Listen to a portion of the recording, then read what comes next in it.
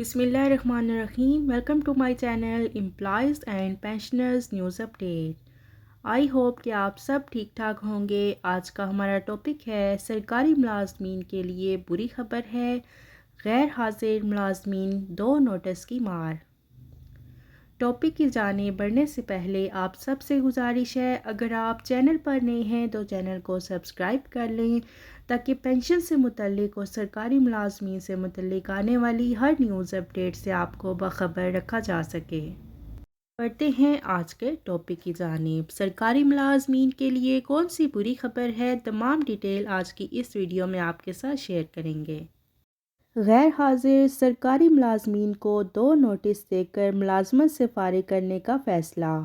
وزیر اعلیٰ اور چیف سیکرٹری کے اختیارات. انتظامی سیکرٹری کے حوالے غیر حاضر ملازم کو دوسرا نوٹس 2 اخبارات میں جاری ہوگا.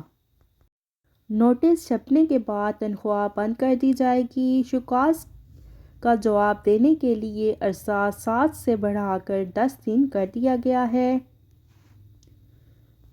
صوبائی حکومت نے سرکاری ملازمین کی معطلی کے لیے وزیر اعلیٰ اور چیف سیکرٹری کو حاصل اختیارات انتظامی سیکرٹری کو دے دیے ہیں اور ڈیوٹی سے مسلسل غیر حاضری پر سرکاری ملازمین کو 2 نوٹس جاری کرنے کے بعد ملازمت سے فارغ کر دیا جائے گا.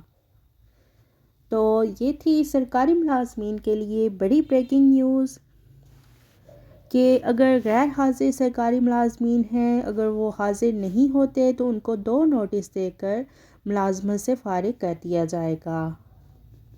اور اس کے ساتھ ساتھ شکست کا جواب دینے کے لیے 7 دن کا عرصہ تھا، دورانیہ تھا، جس کو بڑھا کر اب 10 دن کر دیا گیا ہے.